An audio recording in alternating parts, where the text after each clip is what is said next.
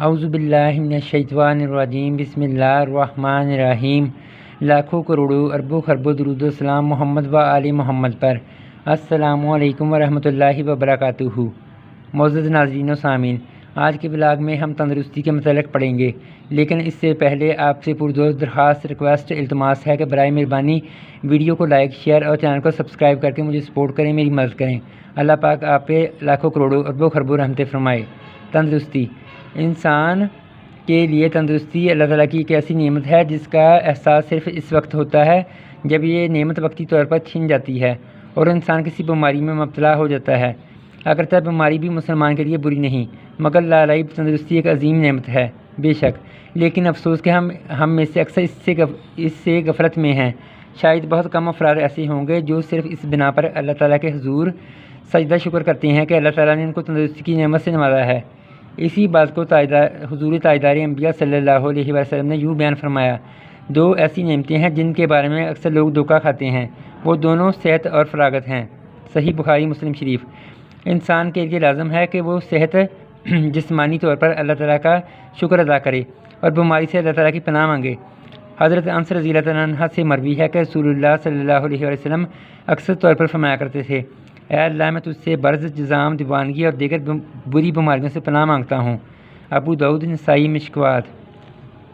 حضرت عبداللہ بن عمر رضی اللہ عنہ سے مروی ہے کہ ایک دن حضور پر نور شافعی یوم نشور صلی اللہ علیہ وسلم کو ممبر شریف پر تشریف فرما ہوئے، پھر رو پڑے اور فرمایا کہ اللہ تبارک تعالیٰ سے بخشش عافیت، دین و دنیا کی بلائی کا سوال کرو،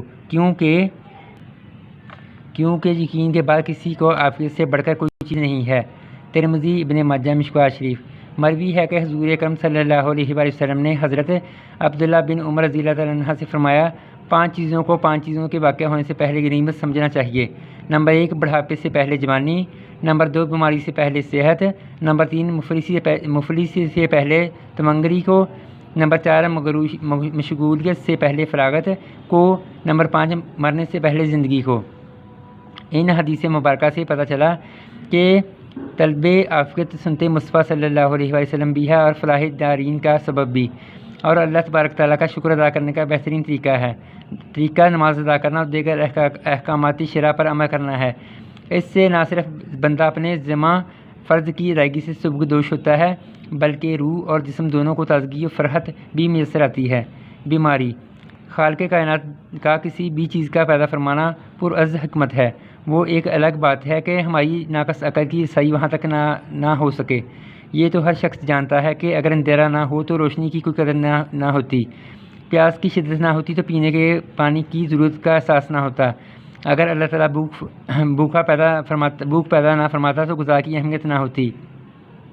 یوں ہی اگر اللہ باری تعالیٰ وغیرہ کفار کو پیدا نہ فرماتا تو شق القمر اور دوسرے عظیم الشان معجزات کا ظہور نہ ہوتا، کیونکہ نہ تو کوئی ایسے اعتراض کرتا، نہ ہی ان معجزات کی ضرورت محسوس ہوتی۔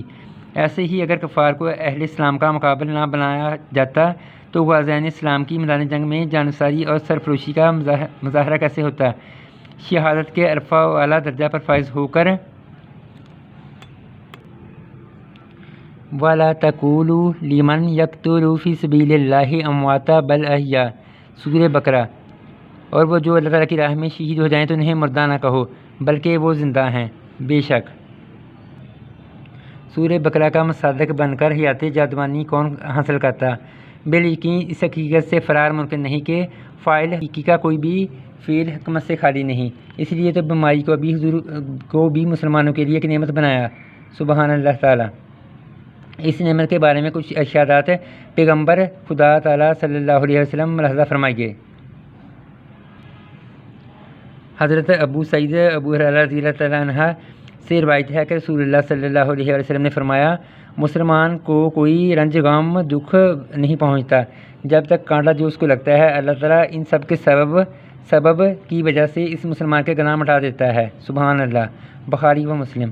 حضرت عبداللہ بن مسعود فرماتے ہیں کہ میں بارگاہ سرور کائنات صلی اللہ علیہ وسلم میں حاضر ہوا تو حضور اکرم صلی اللہ علیہ وسلم کو بخار تھا۔ میں نے اپنے ہاتھوں سے جسم اقدس کو چھوا تو عرض کیا: یا رسول اللہ صلی اللہ علیہ وسلم، آپ کو تو بہت تیز بخار ہے۔ حضور نبی کریم صلی اللہ علیہ وسلم نے فرمایا: ہاں، مجھے اس قدر بخار ہوتا ہے جتنا تم 2 شخصوں کو ہوتا ہے۔ میں نے عرض کیا پھر تو آپ کو ثواب بھی دگنا ہوگا؟ فرمایا ہاں۔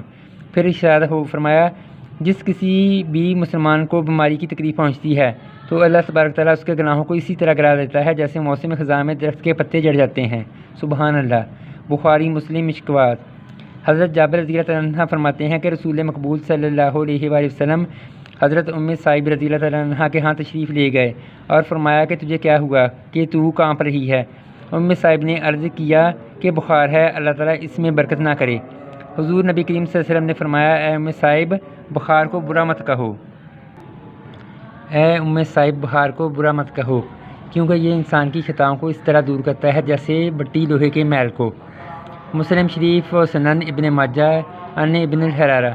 حضرت انس رضی اللہ عنہ سے مروی ہے کہ رسول اللہ صلی اللہ علیہ وسلم نے فرمایا اللہ تعالیٰ فرماتا ہے کہ جب میں اپنے بندے کی آنکھیں لے لوں یعنی وہ نبینا ہو جائے پھر وہ صبر کرے تو میں اسے آنکھوں کے بدلے جنت عطا کروں گا۔ بخاری شریف۔ حضرت جابر رضی اللہ عنہ سے روایت ہے کہ رسول اللہ صلی اللہ علیہ وسلم نے فرمایا قیامت کے دن جب مصیبت زدہ لوگوں کو اللہ تعالیٰ ثواب اور اجر عطا فرمائے گا تو وہ لوگ جن پر دنیا میں کوئی بیماریاں تکلیف نہیں آئی تھی تمنا کریں گے کہ کاش ان کے چمڑے دنیا میں کنچکیوں سے کاٹ دیے جاتے۔ ترمذی مشکوات باب الیاذ المریض و ثواب المرض۔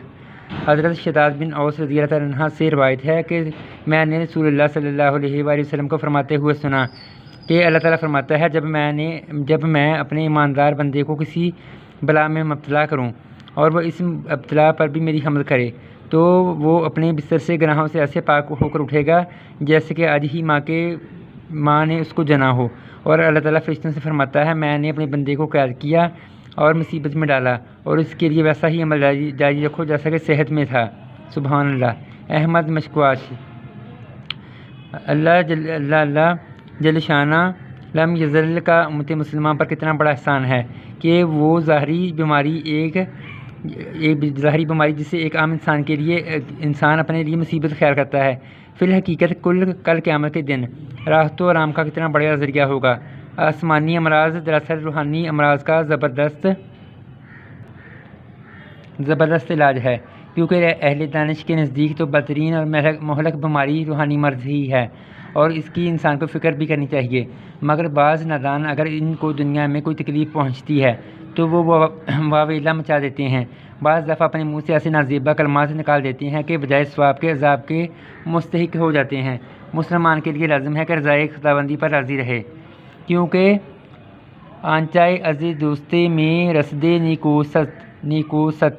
اور پھر مسلمان کی شان عجیب ہے، اگر مصیبت آئے تو یہ صبر کر کے ان اللہ مع الصابرین یعنی اللہ تعالیٰ صبر کرنے والوں کے ساتھ ہے کہ مصادق خداوند کا ولی بن جاتا ہے اور خوشی میسر آ جاتی ہے تو اللہ تعالیٰ کا شکر ادا کر کے بارگاہ رب العزت میں نمایاں مقام حاصل کر لیتا ہے۔ میدان جنگ میں کافر کو قتل کر دے تو غازی اور خود قتل ہو جائے تو شہادت کے بلند ترین مرتبے پر فائز ہو جاتا ہے۔ گریزہ کے بمطابق فرمان باری تعالیٰ وَأَنْتُمْ لَا أَوْلُونَ إِن كُنتُم مُؤْمِنِينَ۔ سورہ آل عمران۔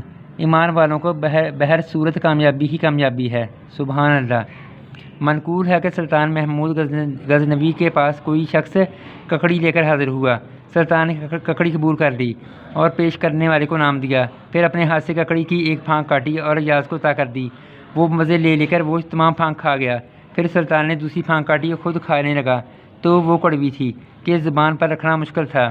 سلطان نے حیرانگی سے ایاز کی طرف دیکھا اور فرمایا ایاز ایسی کڑوی تو کیسے کھا گیا کہ تیرے چہرے پر ناگواری کے ذرا بر بھی اثرات نمودار نہ ہوئے؟ تو ایاز نے عرض کیا حضور ککڑی واقع بہت کڑوی تھی، منہ میں ڈالی نہیں جا رہی تھی۔ تو عقل نے کہا تھوک دیں، مگر عشق نے کہا ایاز خبردار، یہ وہی ہاتھ ہیں جن سے روزانہ میٹھی اشیاء کھاتا رہا ہے، اگر ایک دن کڑوی چیز ملے گی تو کیا تھوک دے گا؟ اس لیے کھا گیا۔ یہی شان مسلمان کی ہونی چاہیے کہ جس اللہ تعالیٰ نے انسان پر لاتعداد احسانات فرمائے، اگر کبھی بھی اس کی طرف سے کوئی مصیبت آ جائے تو اسے خندہ پیشانی سے قبول کرے، بے شک اللہ تعالیٰ صبر کرنے والوں کے ساتھ ہے، کامیابی تمہارے لیے ہی ہے بشرطے کہ تم مومن ہو۔ سبحان اللہ۔ معزز ناظرین و سامعین، آپ سے پرزور درخواست ہے کہ برائے مہربانی آج کا ولاگ یہیں پر ختم کرتے ہیں۔ برائے مہربانی ویڈیو کو لائک شیئر اور چینل کو سبسکرائب کر دیں۔ اللہ پاک آپ پہ لاکھوں کروڑوں رحمتیں فرمائے، آپ کو اپنے حفظ و امان میں رکھے۔ برائے مہربانی میری مدد فرمائیں، مجھے سپورٹ کریں۔ اللہ پاک آپ پہ اربوں خربوں رحمتیں فرمائے۔ اگلے ولاگ میں انشاءاللہ ہم باب دوئم عیادت مریض یعنی کہ مریض کی تیمارداری کرنا اس کے متعلق پڑھیں گے۔ اب تک کے لیے اجازت دیجیے۔ اللہ حافظ۔